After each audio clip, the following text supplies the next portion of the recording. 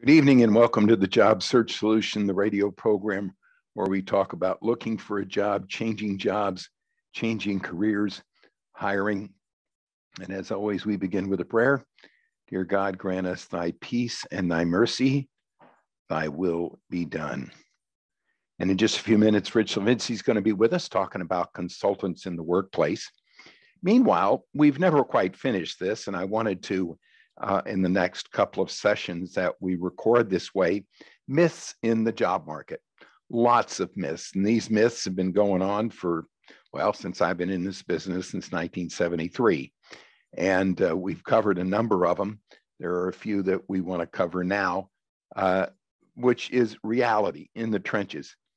And I'm always reading about theories and ideas and people that I just recently read a book by a lady that talked about how to interview and how to get a job. And she's never helped anybody ever find a job before. It's all theory. She's a professor at some university. That's nice, but it's not real.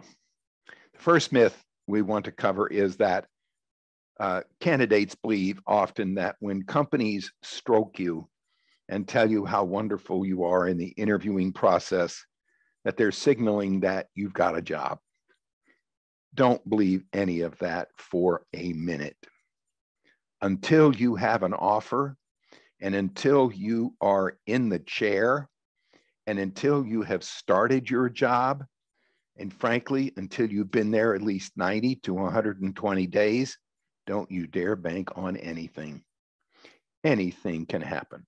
I've had candidates show up for a new job and find out that the job wasn't there anymore. The company had changed hands. The company had gone broke. The guy that hired them has gone. And nobody even knew that the new candidate was supposed to show up. I know. Nobody writes about this stuff because you wouldn't believe it, but it's true. So just because a company is stroking you and telling you how wonderful you are and how much they'd love to hire you and how much they like you and all of that kind of thing, don't bank on anything. I was reminded of this yesterday when a candidate said, well, I'm going to get an offer at the first of the year from a company that I've been interviewing with. It's December 8th, and you're waiting till the first of the year. That's 3 weeks away. In the recruiting business, 3 weeks away is a lifetime. Don't bank on anything. Go on as many interviews as you possibly can. And just because somebody tells you they're going to hire you, until they do, don't bank on anything. Don't believe it. Big companies have more security than little companies have. Well, this is a myth. There are 10 million companies in the United States. There are 32 million businesses in the United States. Every one of them has a turnover about 30% a year. That is the national statistic. The average job in the United States lasts 2.5 years. In recent times, since the pandemic, close to 4.5 million people dropped out of the market. And in last September, August and September, more than 4 million people changed jobs in the United States. There is no security anymore in a big company than there is in a little company. People are people, and that's the way it works.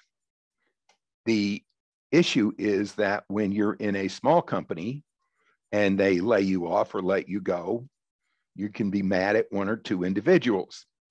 When a big company lays you off or lets you go, you figure, well, that's just the way big companies go. There is no more security in a little company than there is in a big company. Years ago, in the 60s, 70s, even beginning in the 80s, there was a whole lot more loyalty on the part of employers towards people in their company. And the reason that was because people hired people as though they were going to be there forever. My brother-in-law, God rest his soul, worked 25 years at IBM. Well, companies were a whole lot more stable. I've mentioned this before. When I got into this business in 1973, the average company was 59 years old. Last year, the average company in the United States was 6.8 years old. Companies expand and contract, come and go more than they ever have. And when they do, and they let people go, then there's a tendency to think that there's no loyalty. Well, they're just trying to survive. And that's what you do if you own the company too. It has nothing to do with whether they're big or whether they're small. It has to do with the economy, technology, all kinds of different things. And there's a tendency for people to think that it's just against them as individuals. And it's not. It's got nothing to do with them. It's the expansion and contraction of businesses in normal ways. That's the way it's always been. It's just easier to build a company these days and contract a company these days. Don't take it personally. There's a 30% turnover in people, in companies, no matter how big, no matter how small they are. It's been that way for the past number of years, and it's always going to be that way. Just expect it. It isn't a matter of loyalty. It's a matter of survival. Companies want to survive. And sometimes in order to do that, they're going to have to lay people off. Sometimes they're going to go broke. Sometimes they're just going to go away. And it isn't personal. It isn't, and anybody that talks to you and interviews you with the idea that you're going to be there for the rest of your natural life, I mean, what are they going to say?